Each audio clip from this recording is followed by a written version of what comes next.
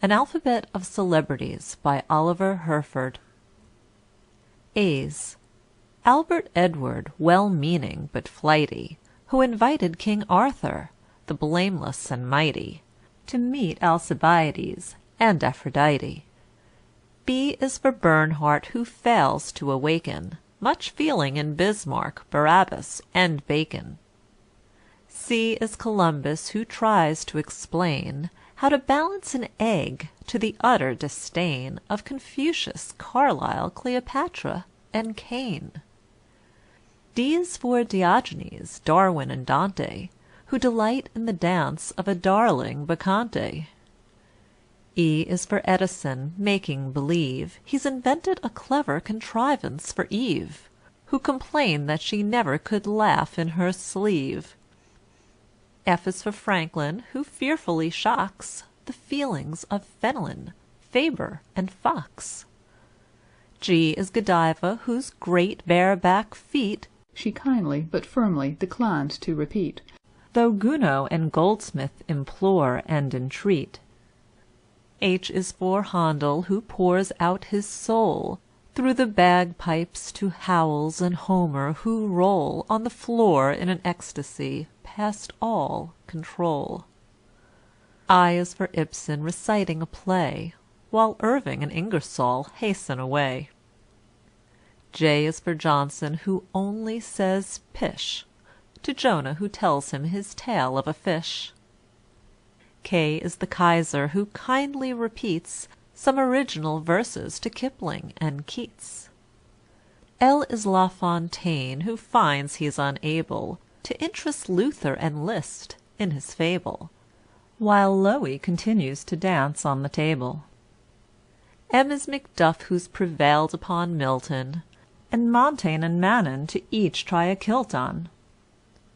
N is Napoleon, shrouded in gloom, with Nero, Narcissus, and Nordau, to whom he's explaining the manual of arms with a broom.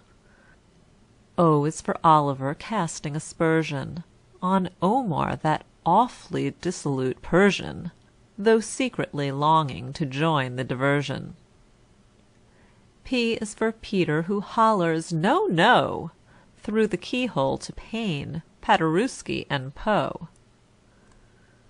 Q is the Queen, so noble and free. For further particulars, look under V.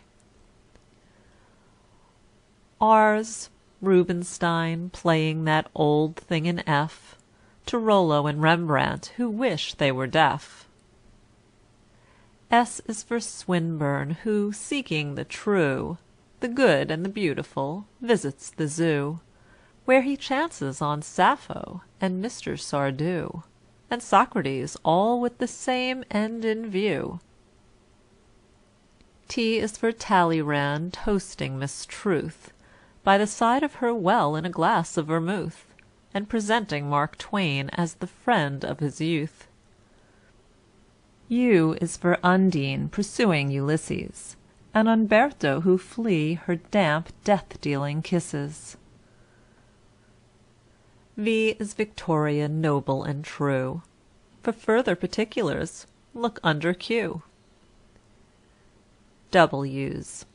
Wagner, who sang and played lots for Washington, Wesley, and good Dr. Watts.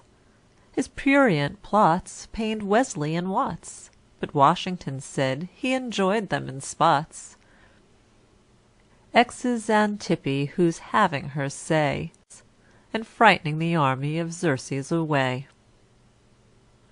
Y is for Young, the great Mormon saint, who thinks little Yum Yum and Yvette so quaint, he has to be instantly held in restraint. Z is for Zola, presenting La Terre to Zenobia the brave and Zuleika the fair, whose blushes they artfully conceal with their hair.